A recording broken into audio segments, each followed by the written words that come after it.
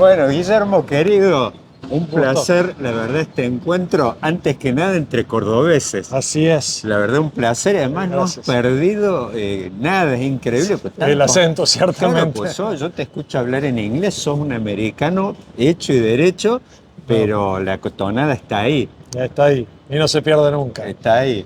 Antes Es, que nada, a es ver, la X que no perdemos nunca los cordobeses. no, qué increíble, ¿no? Qué Así es. increíble. Se ve que hay algo ahí muy fuerte, Sí, en ¿viste? los genes. No sé, ahí los comechingones, no sé qué será. Así es. Pero, che, gracias que estás ahí a punto de tomar tu...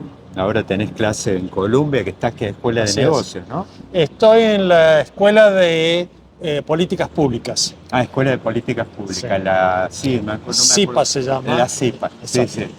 Sí, en alguna Así es. oportunidad vinimos, me acuerdo de unos seminarios ahí que hacían esos brown bag que le llaman, Así es. muy, muy divertido. Así es. Así que bueno, antes que nada, a ver una confesión de tipo personal. ¿Quién le robaba los juguetes a quién con tu hermana? ¿Vos abusabas de, Yo vos abusaba de ellas, abusabas de eso? sin lugar a ninguna duda. En el caso mío, mis hermanos, yo siempre fui el damnificado, el más No, chico. no, no, no, no, no, no, ahí no puedo, de ninguna forma puedo acusarla a ella de eso. Ella siempre fue la víctima. La víctima. Sí, sí, sí, sí. Bueno, Pobre, me da lástima todavía el día de hoy las cosas que le he hecho. claro, lógico, la ves ahí, no sabes cómo reparar el daño. Así es. Guillermo, bueno, a ver, antes que meternos en el tema Argentina, que la verdad es que hay un interés grande, sobre todo pues están sonando, y además con este modelo que ha cambiado, orientado los motores para otro lugar absolutamente diferente de lo que se vio en los últimos años. Así que bueno, hoy la gente está mirando mucho, sobre todo hay apuestas muy fuertes. Estados Unidos. Y hay el combo incluye otras cosas, que Estados Unidos, Israel muy fuerte, también todo este tema de la comunidad, hasta de los rabinos de Nueva York, hay muchos elementos ahí en la comida que tienen que ver con esta ciudad. Pero más allá de eso, lo que me gustaría, pues estamos pisando las elecciones americanas y parte de la apuesta del gobierno argentino está con Sí. eso. Y, a ver, la economía. Yo vengo del Medio Oeste y es como que allá aparecen dos referencias. Por un lado, la macro, que aparecen números de crecimiento buenos, crecimiento de empleo, pero lo que parece que está embromado es la economía de la gente. ¿Viste? Sí. ¿Cómo la ves? Bueno, ¿Juega en contra o...? claramente le juega en contra, claramente la percepción de la gente no es una percepción de que el país está en una situación próspera. Yo creo que está muy influenciado por la inflación de los últimos años, la fuerte suba de precios. La gente siente que el precio de los alimentos ha subido mucho, la factura, digamos, los gastos en supermercados son un 50% más altos ahora que lo que eran cuando terminó el gobierno de Trump.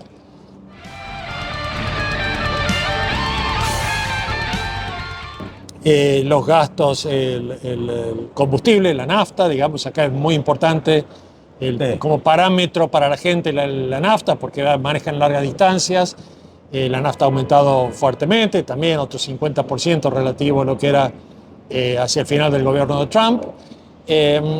Por razones justificadas o injustificadas, la pandemia, lo que Sí. sea, pero digamos la gente asocia de que hoy está peor que lo que estaba antes, a pesar de que hay mucho empleo, a pesar de que los salarios reales han mejorado un poquito, pero hay una sensación de malaria, digamos, bastante generalizada en el país. Y hay una sensación de falta de rumbo, te diría, más que de malaria. También. Sí, la gente con inseguridad hacia dónde va el país, no está, encuentra un gobierno dubitativo, y entonces ese gobierno dubitativo, sin una clara señal de liderazgo, le genera incertidumbres y dudas, y todo eso se refleja en la incertidumbre a la hora del voto, ¿no? Es decir, cómo va a resultar la elección la semana que viene es difícil de predecir, pero uno hubiera dicho que una economía como esta, en estas circunstancias, Sí. que está creciendo fuerte, que tiene bajo nivel de desempleo, que la inflación ha bajado, que los demócratas deberían ganar fácilmente la elección, y sin embargo las encuestas ya se estarían inclinando en la dirección de Trump. Así que eso genera mucha incertidumbre de qué va a pasar hacia el futuro. Hay un tema ahí que comentaste de salarios reales, porque ese tema, justo el otro día mi sobrino me decía algo, me dice, los americanos no están acostumbrados a la nominalidad, a ver... Totalmente, y, es 100% correcto. y realmente a mí, te digo, yo la última vez que estuve acá justamente fue recorriendo los estados del Medio Oeste con la primera elección de Trump. Estoy espantado de los precios. Así es. ¿Viste cuando dicen, no, los argentinos vienen porque el dólar está atrasado? Pues está atrasado, pero los precios acá son un horror. Son carísimos, sí. ¿Viste? Es completamente cierto lo que estás diciendo. La verdad es que la gente no está acostumbrada a la nominalidad, y hay algunos ítems de la canasta de consumo que han aumentado fuertemente y han tenido mucho impacto psicológico sobre la gente. Los Entonces, cereales, me decían, por ejemplo. toda la estructura de alimentos se ha encarecido Claro. mucho.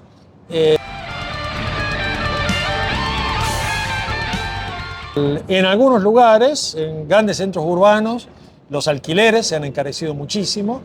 En New York, en Miami, en el centro del país, etc. Entonces, eso también tiene un impacto psicológico grande, porque de pronto las mejoras salariales no parecen rendir porque se te van Claro. en los alquileres. Y bueno, efectivamente, a lo mejor algunos bienes no han aumentado tanto, pero a la hora de los bifes la gente siente que está hoy peor. Pero yo te diría, no es que efectivamente estén peor, sienten como que están en una peor situación por una falta de perspectiva de futuro, que es lo que los preocupa más. ¿Hacia dónde vamos? ¿Cómo voy a estar de acá a 1 o 2 años? ¿Voy a estar mejor? ¿Va a mejorar la situación? Y esa es la situación que yo creo que... Y ahí agarra pues, un tema que me parece mucho dialogando con gente, inclusive hasta con demócratas, que el hecho que dicen, no, Trump es un hombre de negocios. ¿Viste? Es como que eso, no sé, es como algo que le genera un atractivo. No sé si es un componente o simplemente el hecho de ir y castigar a los demócratas. Yo creo que hay algo de que es un hombre de negocios. El ser un hombre de negocios, sobre todo, lo identifica, y su discurso adicionalmente lo identifica como un outsider de la política. No es un tipo del mundo de la política. Claro. Y esto tiene mucho valor en un momento que la sociedad está muy cansada de los políticos y de los discursos de los políticos. Entonces acá, como en muchas partes del mundo, los outsiders la tienen más fácil que los insiders, que los que están adentro. Claro. Y Kamala es identificada como la insider por excelencia, que nunca tuvo un trabajo en el sector privado, la tipa que hizo, digamos, en el lenguaje de argentino, Kamala es identificada como casta, y Trump es identificado como viniendo de afuera del sistema a patear el tablero. Y eso hoy es algo que en muchas partes del mundo tiene tracción, digamos, atrae a la gente. Y bueno, además hay una reacción generacional también importante, digamos, hay algunos grupos que tienen una reacción muy fuerte en contra de este lenguaje y estas acciones woke que transmiten los demócratas, y eso irrita mucho a alguna gente.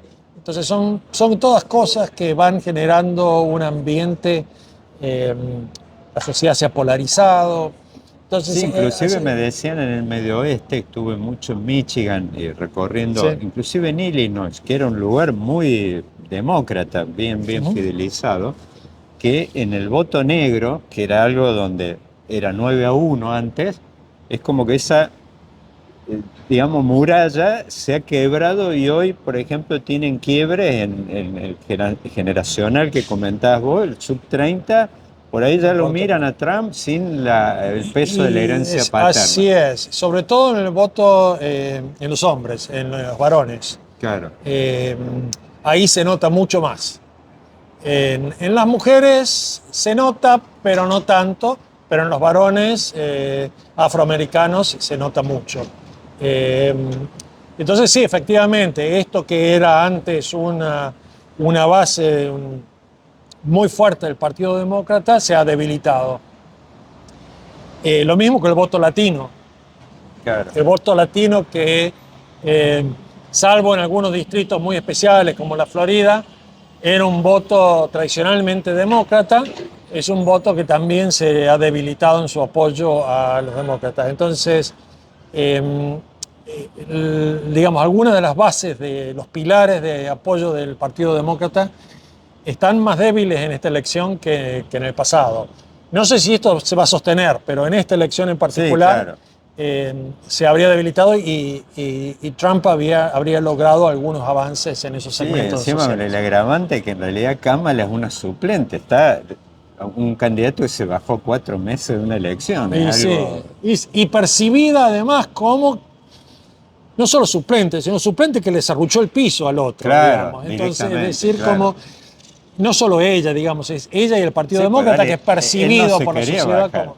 Él no Claro, se- porque Biden en general no reconocía sus limitaciones, sus Claro. dificultades, y entonces medio que lo tuvieron que empujar.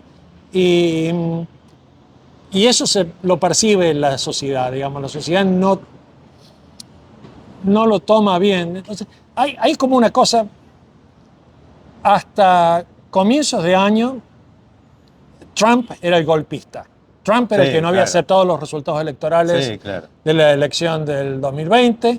Trump era el que había al menos tenido una mirada pasiva y Claro. con simpatía hacia la gente que tomó el Capitolio el 6 de enero del 21, Claro. tratando de impedir que asumiera Kamala Harris. Entonces había una sensación de la sociedad que Trump era antidemocrático. Bueno, los demócratas lograron que eso se emparde y que ahora hay una sensación que, bueno, Trump no es un paladín de la democracia, pero los demócratas parece que Sí, tampoco. claro, claro. Y entonces eso hace que haya toda una reacción social, un poco de anomia, de rechazo a Sí, la claro. política. Sí, da la idea, por lo que estamos conversando, como que la mesa está bastante servida para una victoria de Trump, aunque, por supuesto, siempre en el campo de las probabilidades. Así No se es. puede firmar nada. Si uno ve las dos últimas elecciones de esos 3 estados tan decisivos, fueron 0,5 Sí, en sí. Trump a favor, Y ahora- después fue 1,5 de Biden. Y ahora probablemente O volvamos sea, a un escenario donde las diferencias estén todas dentro de un punto porcentual. por eso, es una moneda en el aire, esa palabra Sí. toss-up que usan acá es muy, Sí. muy ilustrativa. Y ahí me agarro un poco para ir a donde parece que en Argentina, bueno, una gran apuesta hay a que, me parece, yo el otro día decía en un video que más allá de los temas económicos, que hay intereses en particular de decir, no sé, un salvataje del Fondo Monetario, cosas de ese tipo, está también una sintonía con esto que le llaman batalla cultural, que me parecen temas Sin dudas. afines, ¿viste? Aparecen todos estos temas que tienen que ver con, no sé, la defensa de la vida y cosas que escapan a los intereses económicos.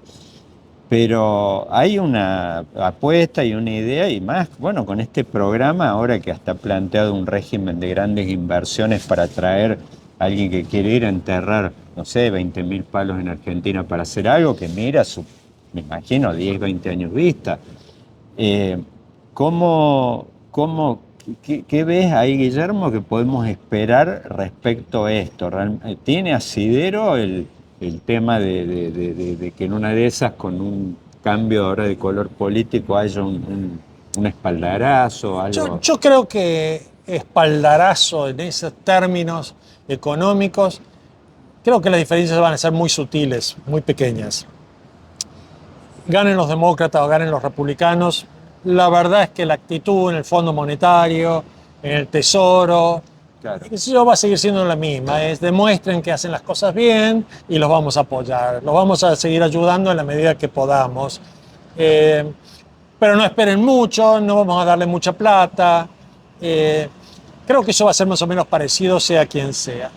Donde sí creo que hay una gran diferencia y es muy importante en esto de la batalla cultural, ¿no? La cuestión que identificabas muy bien, donde claramente hay mucho más alineamiento en lo que hace la batalla cultural con lo que representa Milei en Argentina y Trump en Estados Unidos. Claro. Que entre un Milei en Argentina y una Kamala Harris, digamos. Claro. Ahí hay mucho más choque. Y eso se va a ilustrar en otras cosas, quizás de menos intensidad, menos visible en el corto plazo. Tú sabes que Argentina de alguna forma está un poquito aislada dentro del G20 ahora, Claro. mucho más alineado con una serie de acciones y de políticas que el gobierno argentino rechaza, esta Agenda 2030 y si uno mira la región nuestra, en realidad en América Latina no tenés ningún, es más, tenías a Bolsonaro, que bueno, podrías decir una amistad, pero hoy está toda la región. Pero que no gobierna, entonces, claro. Sí, es cierto lo que tú dices, yo creo que hay una afinidad cultural, que tener en quién apoyarse. En Europa está Italia, pero Italia está muy debilitado, entonces el rol de Italia en la Unión Europea no es lo que podría haber sido en otros momentos, y por lo tanto tener una base de apoyo donde haya cierto alineamiento cultural, por llamarlo de alguna forma, creo que eso le facilitaría las cosas a Argentina frente al resto del mundo. Y eso facilita las cosas en una segunda dimensión, que es conseguir apoyos para votaciones en el fondo, en los organismos internacionales. Pero bueno, insisto, yo creo que las ventajas para Argentina de un éxito de Trump son limitadas, no creo que sea una cosa muy importante.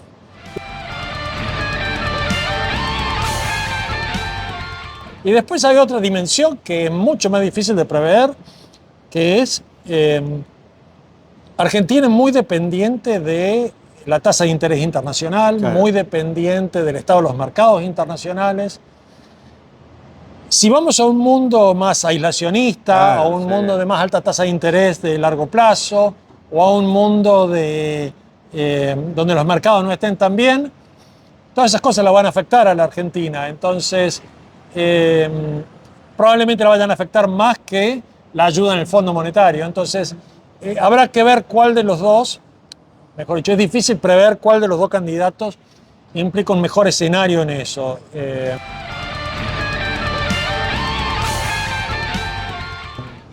Entonces, esta cuestión de si Argentina se va a beneficiar si gana Trump o si gana Harris, yo creo que no está del todo clara. Yo pensaba en los 90, por ejemplo, que en aquel momento, digo, más allá, obviamente, hubo un alineamiento fuerte, venía matizado con otras cosas. De hecho, Menem fue 18 veces a Brasil durante su gestión. Sí, o sea, era otro juego. Pero en ese momento recuerdo, no sé, el proceso de privatizaciones, por ejemplo, entraron 70.000 palos argentinos. Sí. Y al año y piquito, hoy es imposible de imaginar esos números. Esa era la duda, por ejemplo, es más, recuerdo Menem al año, era año y 2 meses, ya metiendo la privatización de Entel, que era un animal grande. Un animal grande, ¿viste? Sí, a ver, son distintas las condiciones, ¿no es cierto? Primero, no hay el control parlamentario que tenía Menem. Claro. Que eso hace muy diferente la cuestión política. Segundo, ya ocurrieron las privatizaciones y algunas anduvieron muy bien y otras no tanto. Sí, claro.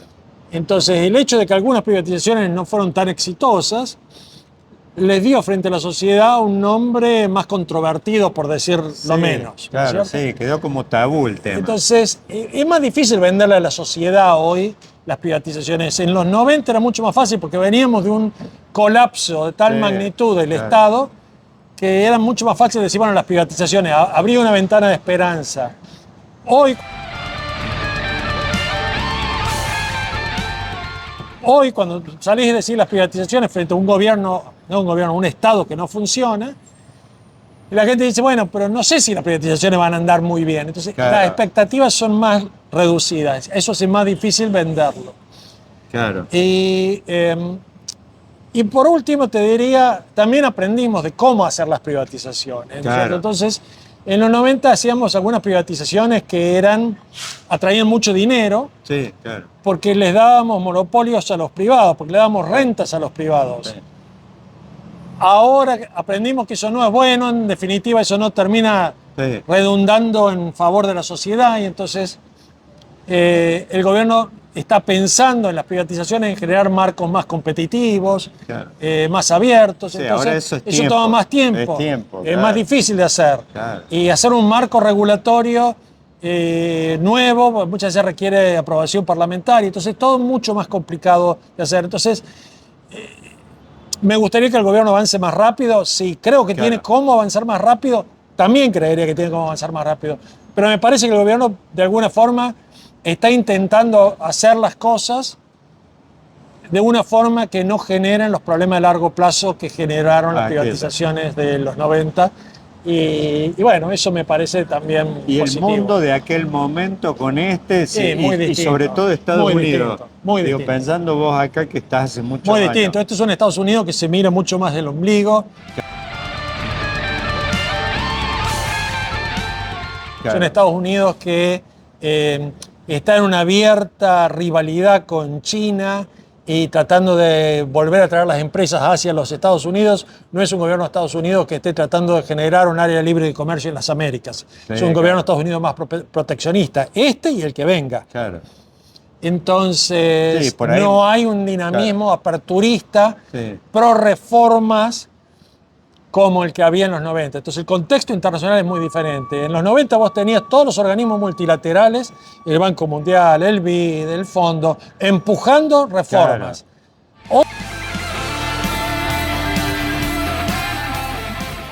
Hoy estos organismos internacionales están mucho más reticentes con alguna de estas reformas.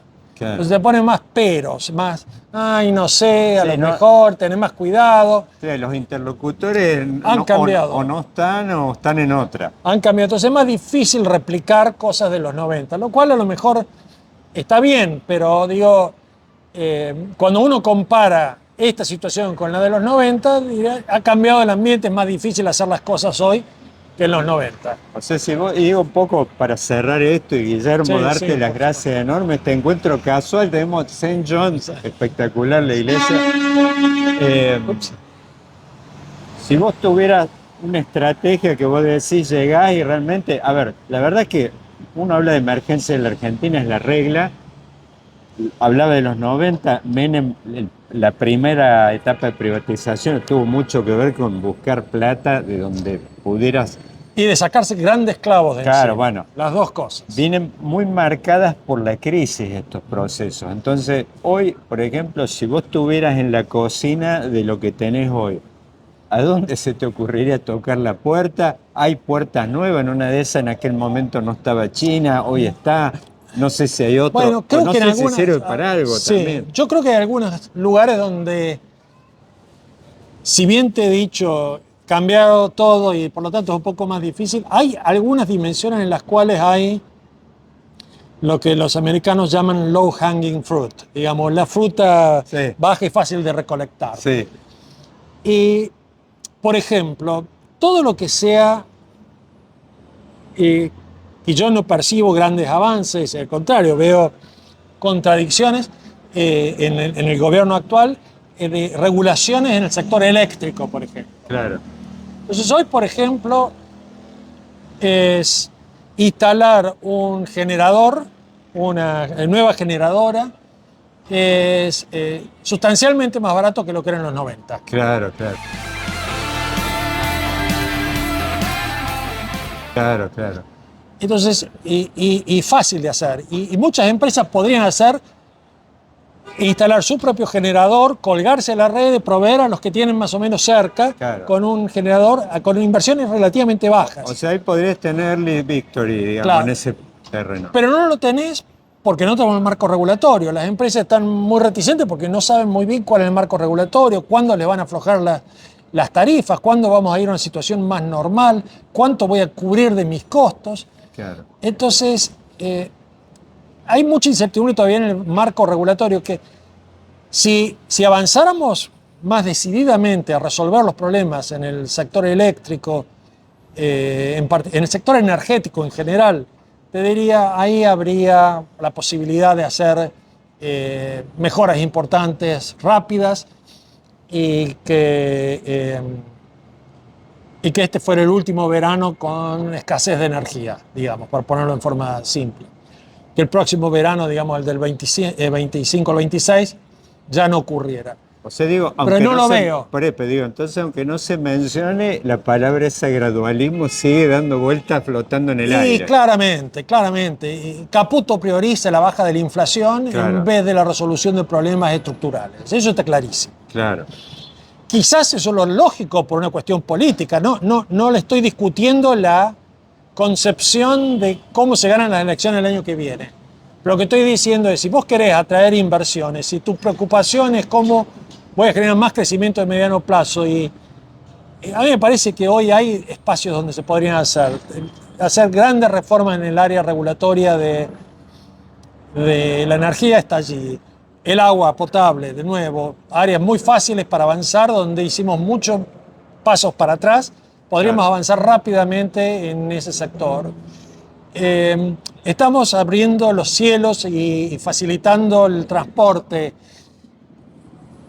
Podríamos regular aeropuertos. Sí, ¿Okay? claro. Podríamos regular aeropuertos. Y podríamos permitir que vuelva a operar el Palomar. Podríamos permitir la operación de otros aeropuertos en forma independiente del sistema actual. Claro. No lo estamos haciendo. Digo, hay áreas donde pareciera que es relativamente fácil avanzar, que se podría hacer. Estamos haciéndolo en transporte aéreo, pero nos falta la parte de aeropuertos, que es crítico. Digamos, no quiero ser excesivamente crítico, digo, estamos avanzando en la parte de vuelos y de aerolíneas, etcétera, y en la parte de las operaciones de intercargo, etcétera. Sí, claro. Todo muy bueno. Pero también estaría bueno si pudiéramos tener un poquito más de competencia de aeropuertos.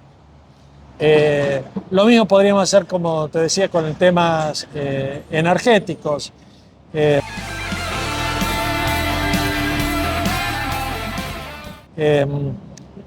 Hoy el mundo está volviendo hacia la utilización. Digamos, Estados Unidos tiene una gran ventaja competitiva, que es el gas natural muy barato. Claro. Argentina también tiene gas natural muy barato. Entonces, enfocar un poco más en hacer llegar ese gas natural a los centros, de forma tal de poder generar energía eléctrica, de forma tal de poder generar las oportunidades para tener todo un complejo energético en la Argentina mucho más barato, que es un insumo clave para la producción. Entonces, me parece que hay algunos lugares donde se podría hacer un poco más, y que, bueno, el gobierno está haciendo otras cosas. Por eso, ¿cuándo te imaginas vos que en una de esas, la agenda esa, en una de esas sea atacada, o en una de esas ves un riesgo de que se esté perdiendo la ventana de oro esa, que la verdad, viendo el pasado, y ahí volvemos, mencioné la palabra gradualismo, no de casualidad, que ahí también Macri de un momento, es más, cuando hablan de medio término, Macri pintó el país de amarillo en medio término. Sí. Y después la ventana se cerró. ¿Viste? Claro, y yo tengo un poquito de miedo que se replique lo mismo. Claro. Pongámoslo como un escenario que me preocupa, no como el escenario base. Sí, claro, ¿okay? Claro. Acá hay un escenario en el cual, a ver, yo creo que la probabilidad de que Milei gane control de diputados en las elecciones del 2025 es muy baja. Sí, claro. Que tenga quórum propio me parece probabilidad muy baja. En el mejor escenario crece, sí. Va a crecer, pero va a crecer muy a expensas del PRO y va a crecer muy a expensas de un voto radical. En todo caso cambia la composición de lo que es su coalición. Pero me parece difícil imaginar un escenario en el cual gana quórum propio. ¿Va a conseguir más alineamientos? Sí. ¿Le va a resultar más fácil algunas cosas? Sí. ¿Pero va a tener quórum propio? No. Entonces, si no tiene quórum propio, se le va a seguir haciendo difícil la operación. Lo mismo en el Senado. Lo veo muy difícil esto. Entonces, si bien la priorización de las elecciones el año que viene son importantes porque es una señal de que la sociedad apoya, la probabilidad de que ese Congreso lo vaya a apoyar incuestionablemente en el 2026, 2027 es limitada. Esto es muy aventurado, es más, estoy haciéndote hablar en realidad quizás, pero me da la idea y lo que yo estoy interpretando, lo que tirás vos, es que en una de esas es muy peligroso dejar digamos que esta ventana de oro se cierre y que el proceso de rearme de la política empiece a fortalecerse, que es en definitiva lo que vos decís ese año. No sé, digo, los médicos se dedican a trauma, ellos hablan de la hora de oro, es la primera hora esa que tenés cuando el enfermo está y que vos podés... Y que tenés facultades extraordinarias y que tenés un Congreso que te ha dado una ley bastante abarcativa. Y sobre todo, te diría, adicionalmente, yo no sé cuándo Argentina va a salir del cepo. Claro. No sé cuándo va a salir del cepo. Pero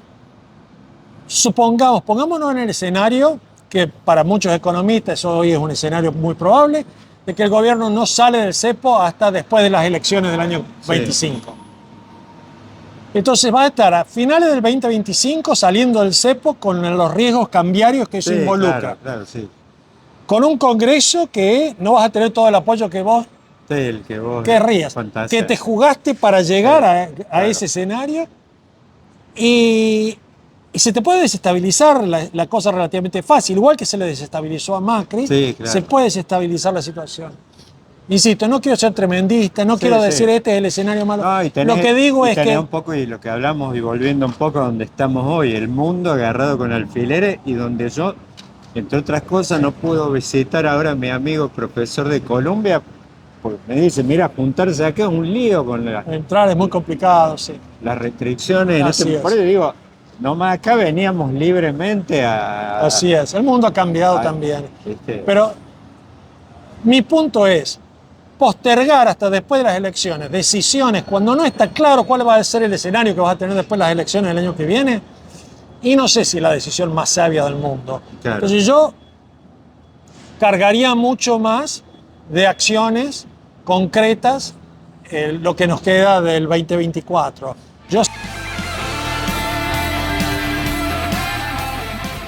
Yo saldría del cepo lo antes posible, avanzaría con algunas cosas lo más rápido posible, a pesar de que eso me pueda costar hoy un poquito más en popularidad. Creo que los réditos eventuales en el 2025, 2026 de darme estabilidad serían mucho más claros y me parece que eso puede darle resultados, le podría dar mejores resultados al gobierno. Entonces, de alguna forma, mi punto es, no prioricemos las elecciones del 25, no prioricemos a cualquier costo bajar la inflación en el margen, prioricemos darle sustentabilidad. Nos atemos al programa de reformas ahora. Exacto, y darle sustentabilidad a todo esto para que, bueno, tener más chance de que eventualmente la economía esté creciendo y esté funcionando mejor en el 2026, 2027, que van a ser los años claves de cara al proceso electoral más importante, que va a ser el proceso electoral para la sucesión presidencial, ¿no? Para no volver a hacer marcha atrás. Guillermo, te agradezco muchísimo esta charla hacia el paso, pero digo, viste que a veces el paso sale lo mejor. Creo que fue extraordinario, quedaron grandes títulos. Y bueno, quedamos con una pendiente para hacer el post-electoral de Trump y a ver, y si se terminan concretando. Hay mucha fantasía en este momento en Argentina. Que da la idea como que se abre una especie de Atlántida. Sí, bueno, pues para empezar hay que tomar en cuenta que no va a asumir hasta el 20 de enero. Claro. Y después hay que pasar por el Senado y nombrar y los miembros del gabinete tienen que ser aprobados. Claro. Estamos hablando de marzo, entonces estas fantasías de que el mundo va a cambiar para Argentina Y puede ser para los mercados que tienden a descontar el futuro, pero para el resto Sí, claro. hay que tener un poquito de paciencia. Bueno, Guillermo, Un gusto. te agradezco muchísimo. No, por favor. Gracias.